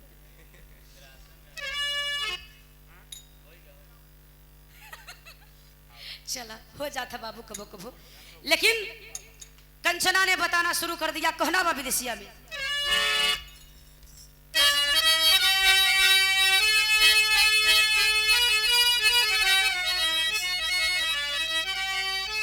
अच्छा समाजवादी गीत बजाई देता भैया। बताया तब सुन ले जाना करण अर्जुन भैया जामुन्ना। बड़ी देखा ई बाबा के कई लाइन गाय पाए है। अब बेचारा कब बैठ छौछियाता कि एक लाइन समाजवादी चक्कर में जागत बाबा। अखिलेश भैया ऐसे है ही, वही एक ऐसे नेता है जिन्हें बच्चा बच्चा भैया कहता है, भैया शब्द से संबोधित करता है। बड़ी माया पुरस्कार बा। बबुआ पढ़ लिख के खानदान का नाम आगे ले जाए।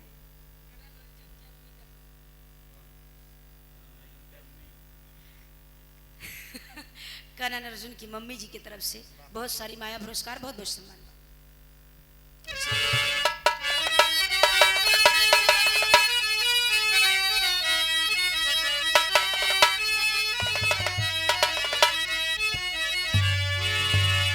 देखल सपनवा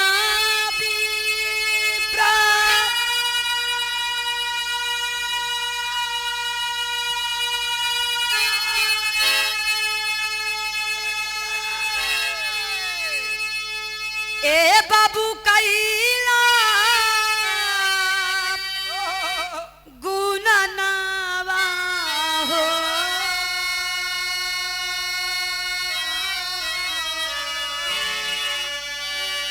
सत्य या जमावे खातिर कोईला पलनिया।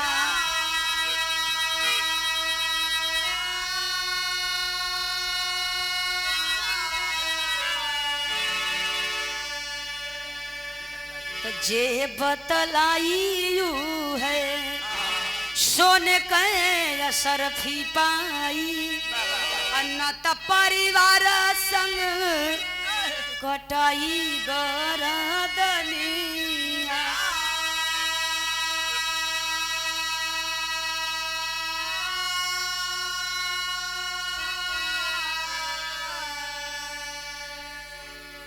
कंचना ने कहा आप रात में लेटे हुए थे, नींद लगी, नींद में स्वप्न देखा और स्वप्न में आपने अपना पिछला जन्म देख लिया। आपने पिछला जन्म क्या देख लिया? आपने तो पूरा भूमंडल सिर पर उठा लिया। आपको अहंकार हो गया और बर्दाश्त नहीं हुआ। भरे दरबार में ऐलान कर दिया कि जो पिछले जन्म की बात सत्य बताएगा 1000 सोने के सरफी दूंगा। अगर बताने वाले से गलती हो गई तो उसके साथ साथ उसके खानदान की समाप्त कर दिया जाएगा। क्यों राजा साहब सत्य है? राजा सर झुका लिए। हाँ सत्य है। अब राजा बड़ी गहरी सोच में पड़ गए। सोवली हम सपना हम देखे एक ही कैसे पता हो। ठीक है आगे कहो, आगे की क्या कहानी है? तो कंचना ने कहा सुनिए और ध्यान से सुनिएगा, बीच में मत कहिएगा कि गलत हो गया वरना आप मुझे सजा देने चल पड़े। सुनिए क्या कहती है।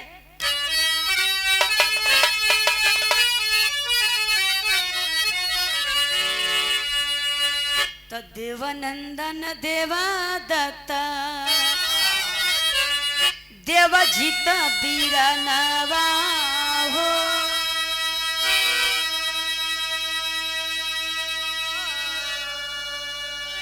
संघवा में रहली एकठी नंदनी बहिनिया।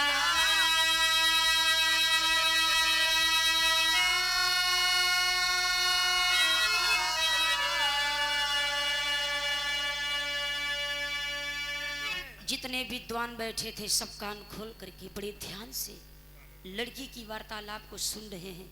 और कंचना बता रही है राजा भी लीन हो गए उसकी बातों में। ऐसे बोल रही थी मीठे वचन कही कि राजा साहब आपके पिछले जन्म में 3 भाई थे। आपके पिछले जन्म में 3 भाई थे।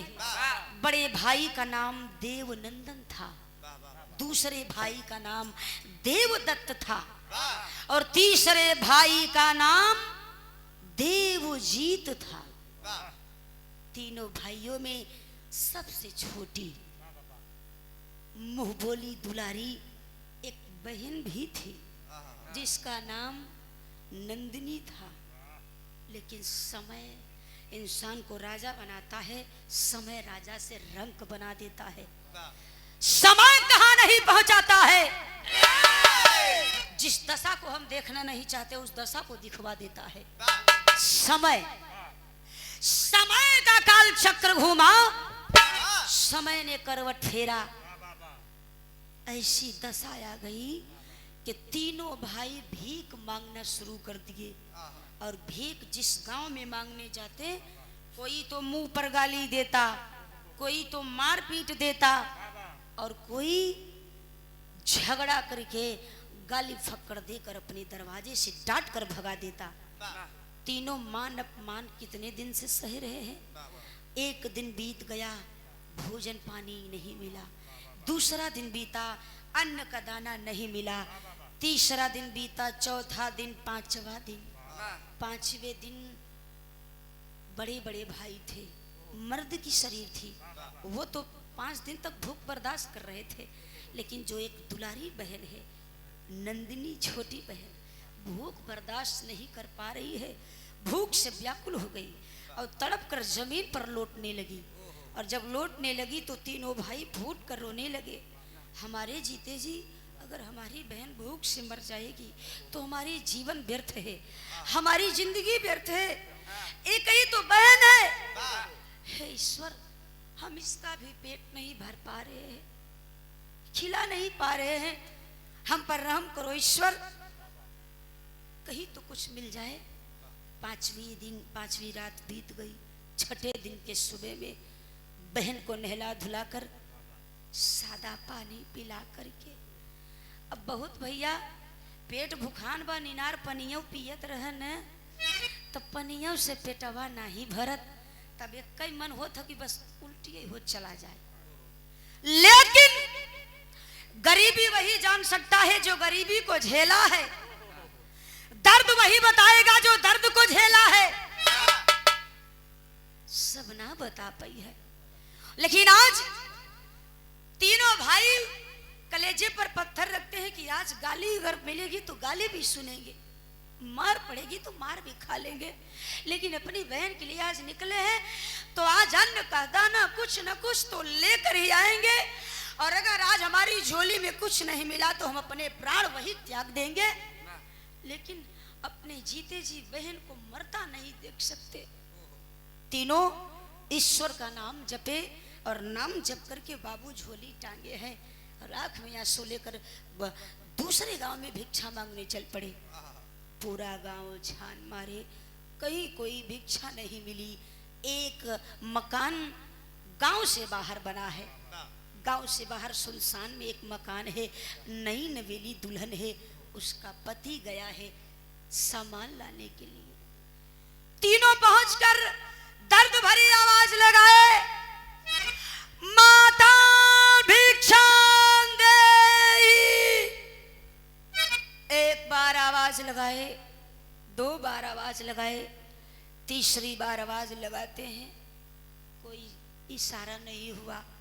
रोने लगे, झोली को बटोर करके पलट कर जब सामने की ओर जाने लगे तो कहते हैं, ईश्वर आज का भी दिन शायद आज हमारे नसीब में मौत लिखी है, और अगर आज नहीं मिला अन्न का दाना तो हम जीते जी नहीं जाएंगे, मर के जाएंगे। सोचकर 4 कदम गए हैं, तब तक दुल्हन निकली है और हाथ में सूप है, और उस सूप में सत्तू का आटा है, न गेहूं बा न चाउर बा। वो गरीबे रहल, उसका भी पति कहीं से इंतजाम करके रख कर गया था कि शाम को लौटूंगा लकड़ी वगैरह तोड़ के जंगल से, तो हम दोनों पति पत्नी भोजन बना करके खाएंगे। ए भैया, लेकिन दुल्हन समझ गई कि इनकी व्यथा क्या है, हाथ में सत्तू लेकर आई, तीनों भाइयों की झोली में थोड़ा थोड़ा करके 3 भाग करके डाल देती है। तीनों ने उसे दुआ दिया, आशीर्वाद दिया, और कितना जल्दी उन्हें ये लग रहा है कि पहुंची आसान के अपने बहनिया की खिया दे। भागते भागते कुटिया पर पहुंचे, सत्तू को सान लिए और सतुआ को सान करके 4 हिस्सा लगा दिया। पहला हिस्सा बहन का लगाया, 3 हिस्सा भाइयों में बांटा, ईश्वर को चढ़ाकर और पहला निवाका चालो उठा करके मुंह की तरफ करते हैं, मगर तब तक एक बड़ी दर्द भरी आवाज उनके कान में अचानक से आकर पहुंच गई। आधा में कहना बा भैया,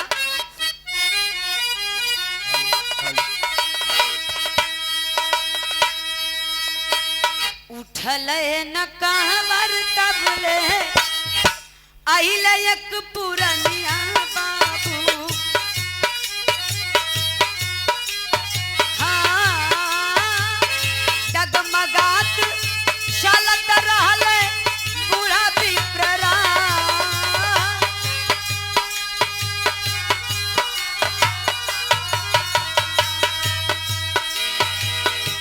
धरती गगन गम घिन होई गइले बाबू, बिना मान रुक के निहारे उसबा।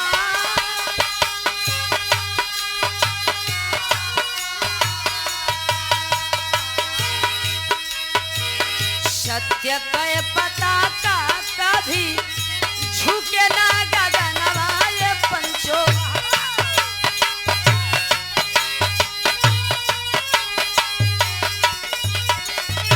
बड़का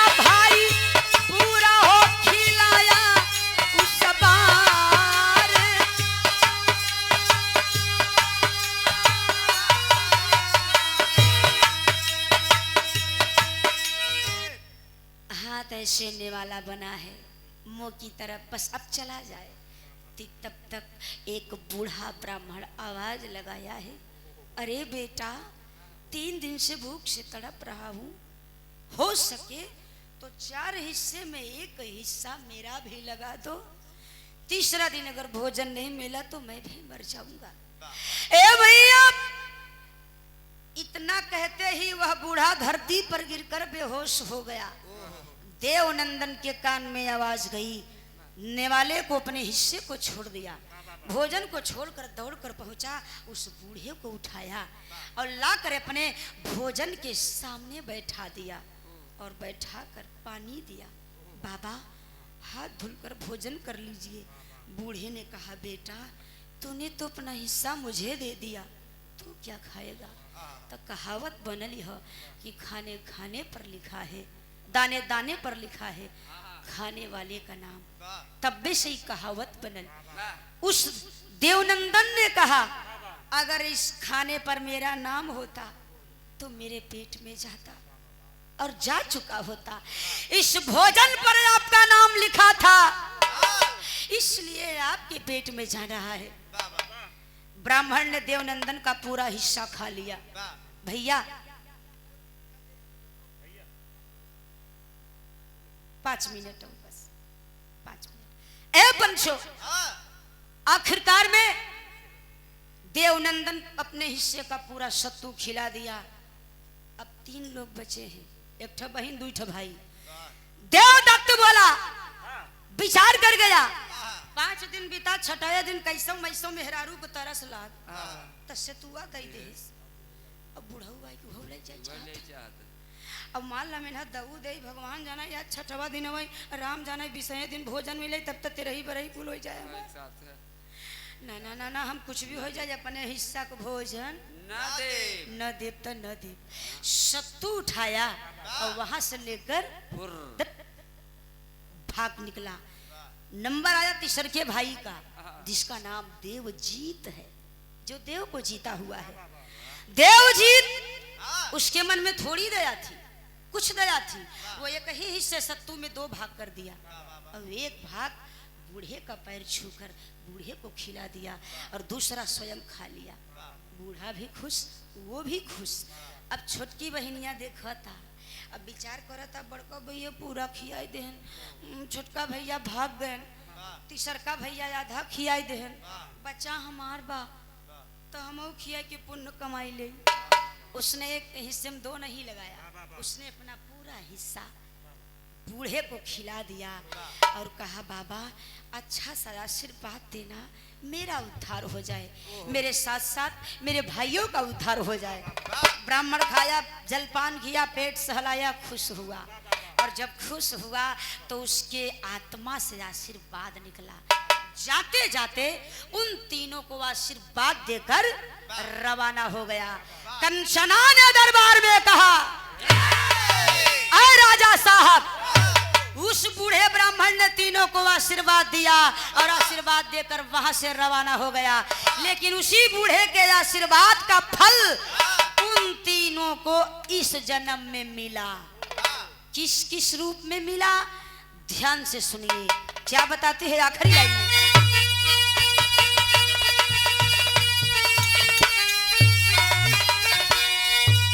ए भैया पर का राजा भैले पवन सूर्य वंश के पगड़ी, छोटा का भाई कल्लूडो भैला काशी नगरी।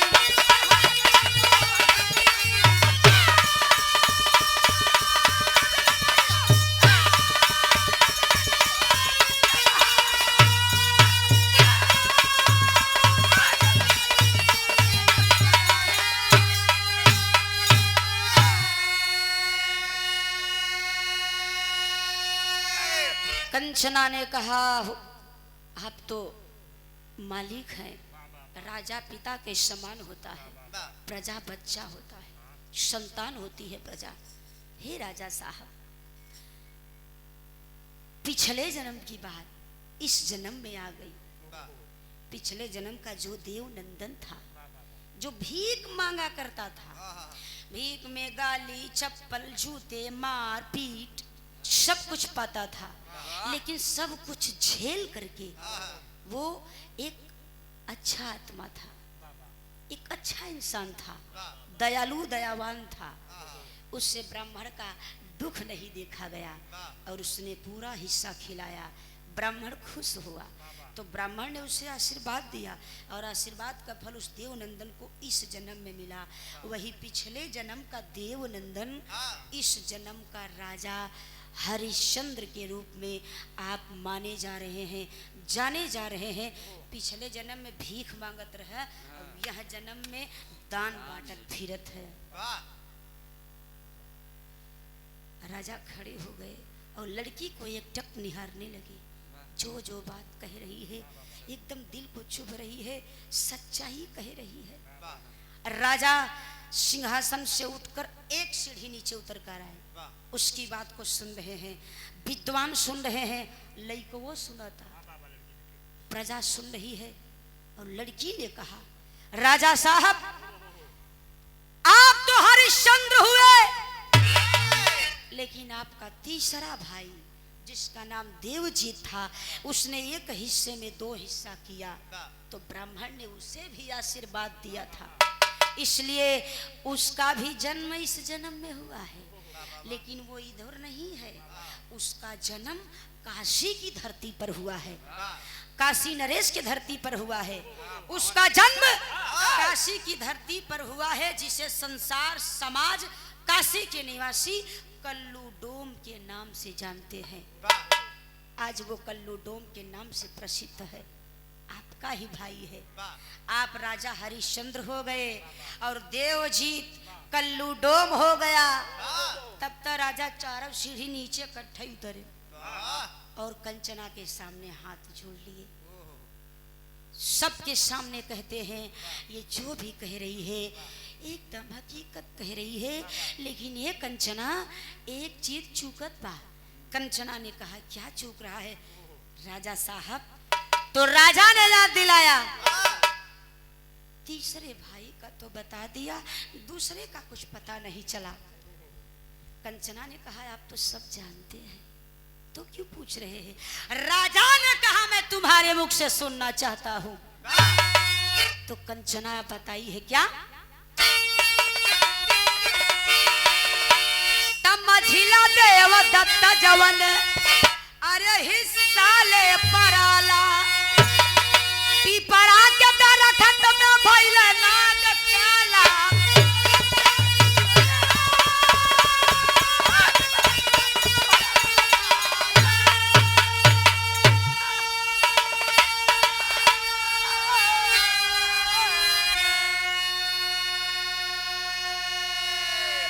आपके दूसरे भाई के मन में लालच समा गया था, इसलिए उसने अपने हिस्से में से बूढ़े को देना नहीं चाहा और लेकर फरार हो गया। भागने की वजह से उस बूढ़े ब्राह्मण का आशीर्वाद आपके मझले भाई को नहीं मिल पाया, इसलिए उसका भी जन्म हुआ है। देवदत्त भी जन्मा है, लेकिन इंसान योनि में नहीं है, वो नाग योनि में जन्मा है और पीपल के खोड़र में बैठकर जीवन बिता रहा है और हमेशा पछताता रहता है। ना भागा होता तो ना नाग योनि में आता, मैं भी मनुष्य योनि में जन्मता जैसे मेरे भैया हरिश्चंद्र हुए हैं और तीसरा देव कल्लू डोम हुआ है। वो सब जानता है, लेकिन नाग योनि में है। तब तो राजा फिर हाथ जोड़ लिए, कंचना ठीक है, अब इतना भी बता दे कि उसका उद्धार कैसे होगा, वो नाग योनि कैसे छोड़ेगा। तब कंचना कहीं, रुकिए राजा साहब, एक चीज का और कमी होता। राजा ने कहा, क्या कमी हो रही है? तो कंचना ने कहा, क्या कहा मास्टर भैया?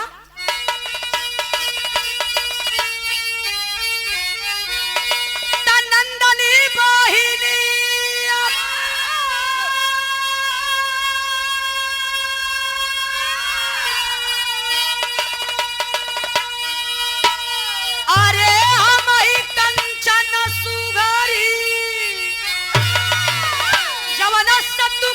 पीता हमरे नाम पर।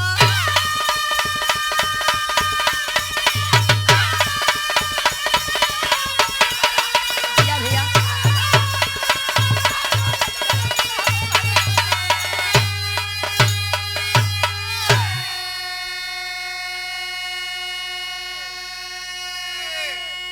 कंचना ने कहा भाई की तो प्यास लगी है, भाई कैसा है, भाई का उद्धार कैसे होगा, लेकिन याद भूलिए मत एक बहन भी थी आपकी जिसका नाम नंदिनी था। अरे तब तो राजा के आंख से आंसू गिरने लगा, बहनिया के नाम पर नीर गिरने लगा आंख से। राजा ने कहा कंचना मैं तो भूल ही गया था रे, बता मेरी बहन का क्या हुआ। तो कंचना के आंख में आंसू आ गया। कंचना फूट कर रो पड़ी और कही कि पिछले जन्म की जो नंदिनी थी वो नंदिनी कोई और नहीं, मैं ही हूँ जो इस जन्म में एक ब्राह्मण की पुत्री बनकर जन्मी हूँ और नाम कंचना है। मुझे भी ब्राह्मण ने ही आशीर्वाद दिया था, वो मेरे भी ऊपर प्रसन्न था, इसलिए आते जाते आशीर्वाद देकर गया। और तब मैं पिछले जन्म से इस जन्म में ब्राह्मण की पुत्री हूँ और जिस बूढ़े ब्राह्मण को हम लोगों ने मिलकर सतुआ खिलाया था वही पिछले जन्म का बूढ़ा ब्राह्मण इस जन्म में मेरे पिता है, मैं उनकी पुत्री हूँ। राजा कहला कंचना तू ही मेरी बहन है पिछले जन्म की। कंचना ने कहा जी राजा साहब। अरे कंचना तो हमारे भाई का उद्धार कैसे होगा। तब कंचना ने जवाब दिया क्या, अरे कल्लू के हाथे से जब खाई है लावा दूध हो तब हो उद्धार उनकर काया हो शुद्ध हो।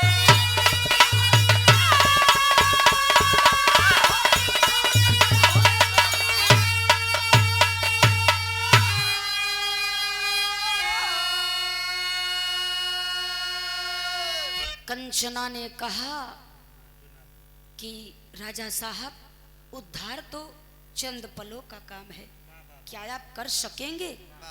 राजा ने कहा जान की भी बाजी लगानी पड़े, मेरे भाई को न्याग योनि से मनुष्य योनि में लाने के लिए तुम पीछे नहीं हटूंगा, बताओ क्या करना होगा।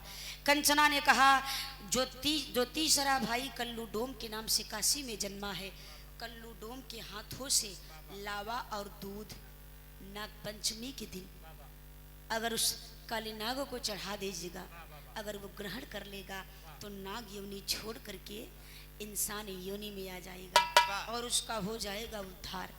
राजा प्रसन्न हुए, दरबार में ऐलान कर दिया कि इसके जैसी बुद्धिमान लड़की मैंने नहीं देखी। विद्वान तो बहुत थे लेकिन मेरी समस्या का समाधान इसने किया, मन का शंका दूर हुआ।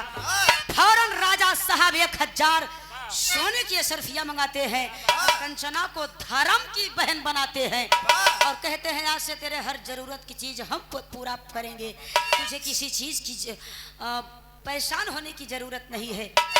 ए भैया कंचना का बढ़िया से रुपया पैसा गहना गुड़िया 1000 सोने के सरफी के साथ दे करके विदाई कर दिए। कंचना चली अपने घर और उसके साथ साथ भिखारी के बेटवों को लही गई, क्योंकि उसने जाते जाते कहा राजा साहब मुझे यहाँ लाने वाला वो लड़का है, मुझे तो सोने सरफिया दे दिया, मुझे कुछ नहीं चाहिए, आप उसी को सब दे दे।